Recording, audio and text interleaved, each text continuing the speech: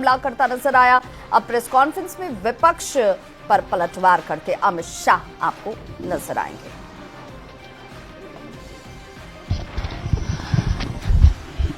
सभी मीडिया के साथियों का आज की इस प्रेस वार्ता में स्वागत है। के मध्य देश के यशस्वी गृह एवं सहकारिता मंत्री श्री अमित शाह जी प्रेस वार्ता को संबोधित करेंगे। इस अवसर पर हम लोगों के मध्य भारतीय जनता पार्टी के यशस्वी अध्यक्ष और एवं देश के स्वास्थ्य मंत्री आदरणीय जगत प्रकाश नड्डा जी हम लोगों के मध्य हैं। संसदीय कार्य मंत्री आदरणीय किरण रिजिजू जी हम लोगों के मध्य हैं। देश के वाणिज्य मंत्री आदरणीय पीयूष गोयल जी हम लोगों के मध्य हैं। सूचना एवं प्रसारण मंत्री आदरणीय अश्विनी वैष्णव जी हम लोगों के मध्य हैं। मैं आदरणीय अमित शाह जी से आग्रह करूंगा कि वो प्रेस को संबोधित करें। मित्रों, आज की प्रेस वार्ता में आप सभी का स्वागत है। विगत सप्ताह में संसद में लोकसभा और विधानसभा, राज्यसभा दोनों जगह संविधान को स्वीकार किए हुए 75 साल के मौके पर संविधान की रचना, संविधान निर्माताओं का योगदान और संविधान में प्रस्तावित किए गए आदर्शों पर एक गौरवमयी चर्चा का आयोजन संसद के द्वारा किया गया। वो चर्चा में 75 साल की देश की गौरव यात्रा, विकास यात्रा और उपलब्धियों की भी चर्चा होनी थी। ये तो स्वाभाविक है कि जब लोकसभा में, राज्यसभा में पक्ष और विपक्ष होते हैं तो हर मुद्दे पर लोगों का नजरिया अलग अलग होता है, दलों का नजरिया अलग अलग होता है, वक्ताओं का नजरिया अलग अलग होता है। मगर संसद जैसे देश के सर्वोच्च लोकतांत्रिक फोरम में जब चर्चा होती है तब इसमें एक बात कॉमन होती है कि बात तथ्य के आधार पर होनी चाहिए और बात सत्य के आधार पर होनी चाहिए। कल से कांग्रेस पार्टी ने जिस तरह से तथ्यों को तोड़ मरोड़ कर रखने का प्रयास किया है, ये अत्यंत निंदनीय है और मैं इसकी निंदा करना चाहता हूं। ये क्यों हुआ? क्योंकि भारतीय जनता पार्टी के वक्ताओं ने संविधान पर, संविधान की रचना के मूल्यों पर और जब जब कांग्रेस या भारतीय जनता पार्टी का शासन रहा तब शासन ने संविधान के मूल्यों का किस तरह से मूल्यांकन किया, संरक्षण किया और संवर्धन किया, इस पर फैक्ट के साथ भारतीय जनता पार्टी के वक्ताओं ने अनेक उदाहरणों के साथ जनता के सामने विषय रखे और उसमें वो तय हो गया कि कांग्रेस पार्टी आंबेडकर जी विरोधी पार्टी है, कांग्रेस पार्टी आरक्षण विरोधी पार्टी है, कांग्रेस पार्टी संविधान विरोधी पार्टी है, कांग्रेस पार्टी ने सावरकर जी का भी अपमान किया, कांग्रेस पार्टी ने आपातकाल डालकर संविधान के सारे मूल्यों की धज्जियां उड़ा दी, नारी सम्मान को भी सालों तक दरकिनार किया, न्यायपालिका का हमेशा अपमान किया, सेना के शहीदों का अपमान किया और भारत की भूमि तक को संविधान तोड़कर विदेशी देशों को देने की हिमाकत कांग्रेस पार्टी के शासन में हुई। जब ये पूरा सत्य उजागर हो गया तब कल से कांग्रेस पार्टी ने फिर एक बार अपनी पुरानी पद्धति को आजमाते हुए बातों को तोड़ मरोड़ कर और सत्य को असत्य के कपड़े पहनाकर समाज में भ्रांति फैलाने का एक कुत्सित प्रयास किया है। संसद में जब चर्चा हो रही थी, ये सिद्ध हो गया कि बाबा साहेब आंबेडकर का कांग्रेस ने किस तरह से पुरजोश विरोध किया था।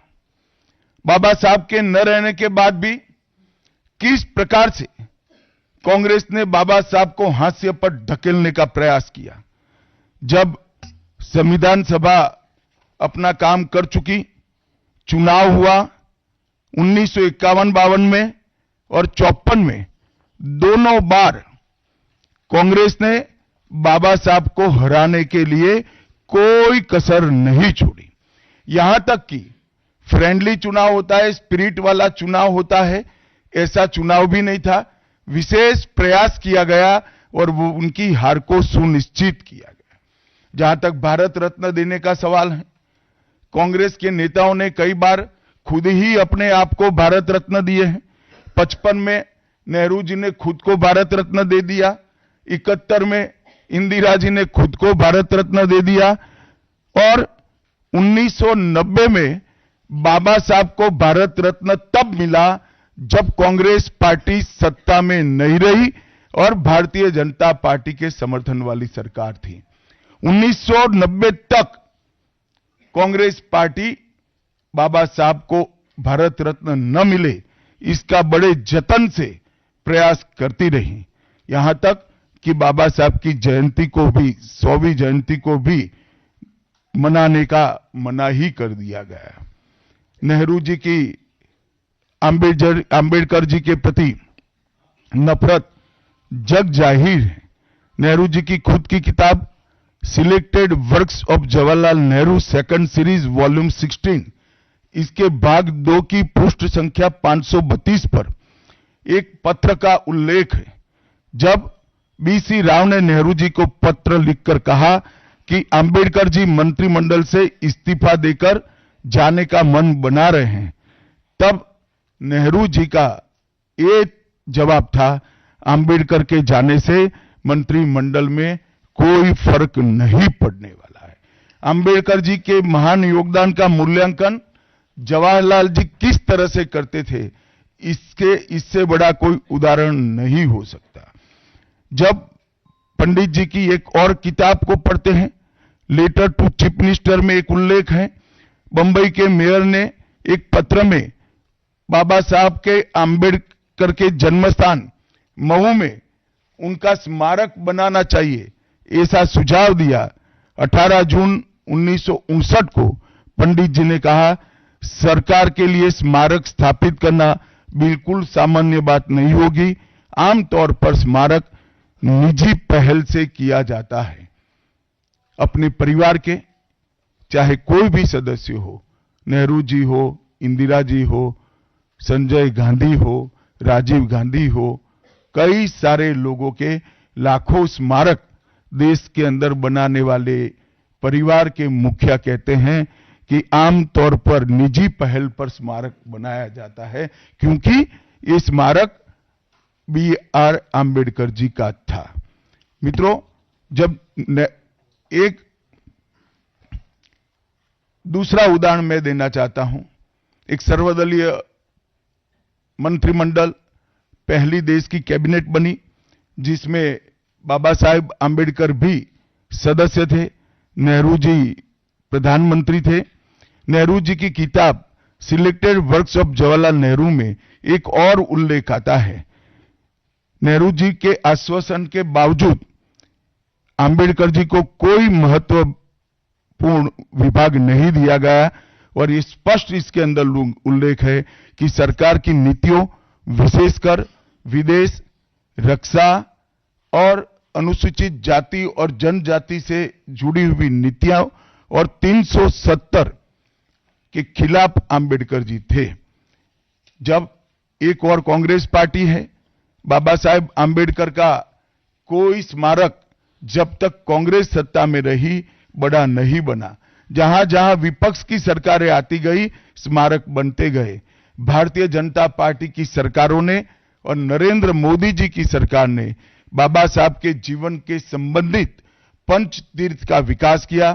मध्य प्रदेश में महू, लंदन में वो स्थान जहां बाबा साहब पढ़ते थे, नागपुर में दीक्षा भूमि, दिल्ली में महापरिनिर्वाण स्थान और महाराष्ट्र के मुंबई में स्थित चैत्य भूमि का विकास करने का काम भारतीय जनता पार्टी की सरकारों ने किया।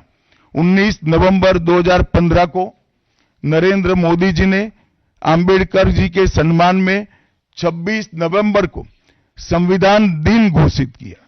डॉक्टर अंबेडकर इंटरनेशनल सेंटर की स्थापना भी की। 2018 में प्रधानमंत्री नरेंद्र मोदी जी ने महापरिनिर्वाण स्थल पर डॉक्टर अंबेडकर स्मारक का उद्घाटन किया, जो लगभग 2 एकड़ में फैला है। मित्रों, मैं आज जब आप सबके सामने उपस्थित हुआ हूं, तब राज्यसभा में मेरे बयान को तोड़ मरोड़ कर पेश किया गया। मेरा मीडिया के सभी मित्रों से आग्रह है, कांग्रेस ने सार्वजनिक जीवन में ये जो पद्धति की है कि बयानों को तोड़ मरोड़ कर पेश करना, हो हल्ला मचाना और भ्रांति खड़ी करना। पहले उन्होंने नरेंद्र मोदी जी के भी एडिटेड बयानों को सार्वजनिक किया। चुनाव जब चल रहा था, मेरे बयान को एआई का उपयोग कर एडिट किया गया और पूरे देश में इसको प्रसारित करने का घृणित काम किया गया। और आज अंबेडकर जी के लिए मेरी बात को तोड़ मरोड़ कर वो पेश कर रहे हैं। मैं स्पष्टता के साथ कहना चाहता हूं, मीडिया को विनती भी करना चाहता हूं कि मेरा पूरा बयान जनता के सामने रखिए। मैं वो पार्टी से आता हूं जो पार्टी कभी अंबेडकर जी का अपमान नहीं कर सकती। पहले जनसंघ और फिर भारतीय जनता पार्टी ने हमेशा अंबेडकर जी के सिद्धांतों के आधार पर चलने का प्रयास किया है। जब जब भारतीय जनता पार्टी शासन में रही, अंबेडकर जी के सिद्धांतों का हमने प्रसार किया है।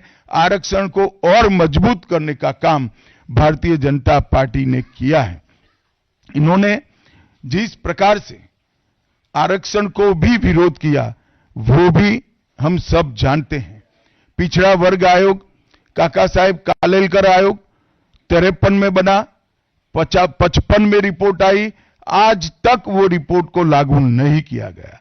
31 दिसंबर 1980 को मंडल आयोग बना, मंडल आयोग की रिपोर्ट आई। 80 में इंदिरा जी ने मंडल आयोग को ठंडे बस्ते में डाल दिया। 90 में जब गैर कांग्रेसी सरकार आई, तब मंडल आयोग की रिपोर्ट लागू हुई। उस वक्त राजीव गांधी विपक्ष के नेता थे और जब मंडल आयोग की रिपोर्ट लागू हुई, प्रस्ताव संसद में आया, राजीव जी ने अपने जीवन का सबसे लंबा भाषण ओबीसी के आरक्षण का विरोध करने के लिए किया। आज मैं फिर से एक बार आग्रह के साथ मीडिया को बताना चाहता हूं, सच्चाई को जनता तक पहुंचाना चाहिए। मेरी पूरी बात बहुत स्पष्टता के साथ, कोई कंफ्यूजन के बगैर राज्यसभा के रिकॉर्ड पर है। आज भारतीय जनता पार्टी के सैकड़ों कार्यकर्ताओं ने ट्वीट कर भी इस सत्य को लोगों के बीच में पहुंचाया है। और जिन्होंने जीवन भर बाबा साहेब का अपमान किया, जिन्होंने जीवन भर बाबा साहब के सिद्धांतों को दरकिनार किया, जिन्होंने जब तक सत्ता में रहे बाबा साहब को भारत रत्न मिलने नहीं दिया, जिन्होंने जब तक सत्ता पर रहे आरक्षण के सिद्धांतों की धज्जियां उड़ाई, वो लोग आज बाबा साहेब आंबेडकर के नाम पे भ्रांति फैलाना चाहते हैं। मैं कांग्रेस के अध्यक्ष खरगे जी को भी कहना चाहता हूं, खरगे साहब, आपका तो कम से कम दायित्व बनता है, क्योंकि आप उस वर्ग से आते हो जो वर्ग के लिए बाबा साहब आंबेडकर जी ने पूरा जीवन समर्पित किया। आपने कम से कम कांग्रेस के एक कुत्सित प्रयास में सपोर्ट नहीं करना चाहिए था। मुझे बड़ा दुख है कि आप भी राहुल गांधी जी के दबाव में इसके अंदर शामिल हुए हो। मित्रों, आज जब हम सब यहां बैठे हैं, मैं फिर से एक बार कहना चाहता हूं, कांग्रेस के पास इस संविधान के ऊपर की चर्चा में बाबा साहेब आंबेडकर विरोधी कांग्रेस है, इसका कोई जवाब नहीं बचा। संविधान विरोधी कांग्रेस है, इसका कोई जवाब नहीं बचा। कांग्रेस आरक्षण विरोधी है, इसका कोई जवाब नहीं बचा। कांग्रेस सावरकर विरोधी है, इसका भी कोई जवाब नहीं बचा। कांग्रेस ओबीसी विरोधी है, उसका भी कोई जवाब नहीं बचा। आपातकाल का पाप कांग्रेस के ही समय में हुआ, इसका भी कोई जवाब नहीं बचा। नारी सम्मान का विरोध भी कांग्रेस ने ही किया, वो प्रस्तापित हो गया। न्यायपालिका का अपमान ही कांग्रेस ने ही किया, वो भी प्रस्तापित हो गया। भारत की भूमि को भी संविधान को दरकिनार कर विदेश को सौंपने का पाप भी कांग्रेस ने ही किया, ये भी प्रस्तापित हो गया। तब फिर से एक बार चिर परिचित अपनी पुरानी नीति पर कांग्रेस आई है और उन्होंने मेरे बयान को तोड़ मरोड़ कर आधा ही दिखाकर जनता के सामने रखना और भ्रांति फैलाने का प्रयास किया है। कृपया मेरा पूरा बयान आप सभी लोग जनता तक पहुंचाइए, तो दूध का दूध और पानी का पानी हो जाएगा। मैं उस पार्टी से आता हूं, उस संस्कृति से आता हूं, जो स्वप्न में भी बाबा साहब के विचारों का या बाबा साहब के स्वयं का अपमान नहीं कर सकते। हम जानते हैं कि देश के संविधान को समावेशी बनाने में देश के पिछड़े वर्ग को, दलितों को, आदिवासियों को, गरीबों को और वंचितों को न्याय दिलाने के लिए और देश के लोकतंत्र की नींव को इतनी नीचे तक गहरी पहुंचाने में बाबा साहब का बहुत बड़ा योगदान है। पूरा देश बाबा साहब के प्रति कृतज्ञता व्यक्त करता है। कम से कम हम तो ऐसा नहीं कर सकते जिससे बाबा साहब का अपमान हो पाए। और मैं फिर से एक बार कांग्रेस के ये कुत्सित प्रयासों की घोर निंदा करता हूं और जो संविधान पर दोनों सदनों में चर्चा हुई, कम से कम भारतीय जनता पार्टी की ओर से चर्चा का स्तर मेंटेन करने का पूरा प्रयास किया गया था, विषय पर बोलने का आग्रह किया गया था और तथ्य के साथ बोलने का आग्रह भी हमारे सारे वक्ताओं ने किया था।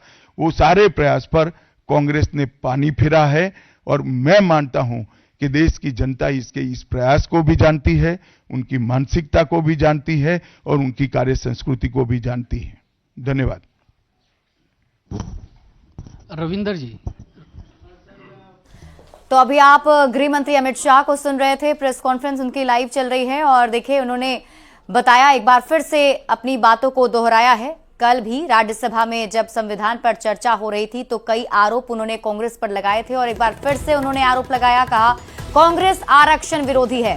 अमित शाह की बड़ी बातें क्या कुछ नहीं, आपको बता रहे हैं, कांग्रेस अंबेडकर विरोधी है, ये भी उन्होंने कांग्रेस पर आरोप लगाया है। नेहरू जी ने खुद को भारत रत्न दिया, ये बड़ा आरोप अमित शाह की तरफ से लगाया गया है। आपको बता दें कि ये पूरा मामला अमित शाह के बयान को लेकर है जो उन्होंने संविधान के चर्चा के दौरान दिया था। उसके विपक्ष ने जमकर पलटवार किया और अब अमित शाह ने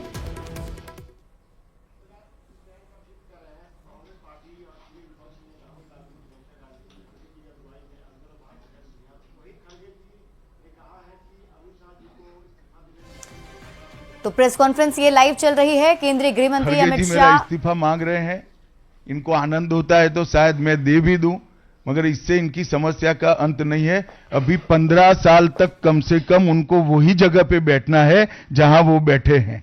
खरगे साहब, मेरे इस्तीफे से आपकी दाल नहीं गलने वाली है। Neeraj ji, ABP news. मेरा सवाल है क्योंकि लोकसभा चुनाव से पहले भी संविधान विरोधी बात कही गई, संविधान अब खतरे में है, दलितों का अधिकार खतरे में है। दिल्ली चुनाव के ठीक पहले फिर से एक बार इस मामले को उछाला जा रहा है, क्या आपको लगता है? नीरज जी, आप भूल रहे हैं, बीच में हरियाणा और महाराष्ट्र का चुनाव हो गया है और उन्होंने लहराया हुआ संविधान अंदर से कोरा था। संविधान प्रेम इनका कितना खोखला है वो एक्सपोज हो चुके हैं। एक झूठ बार बार नहीं चल सकता है, अंततोगत्वा सत्य जनता तक पहुंचता ही है। ऐश्वर्या पालीवाल, आज तक।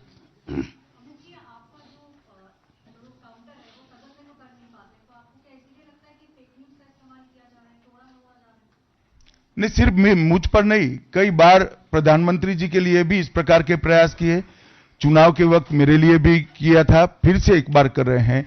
मगर मैं इसीलिए आज आप सबके सामने आया हूं। सार्वजनिक जीवन में आपका भी दायित्व है कि क्षीर नीर करने में जनता का मदद करिए। दूध का दूध और पानी का पानी करने में जनता को मदद करिए। मुझे आनंद होता अगर मेरे भाषण के मुद्दों के तथ्यों को वो चैलेंज देते।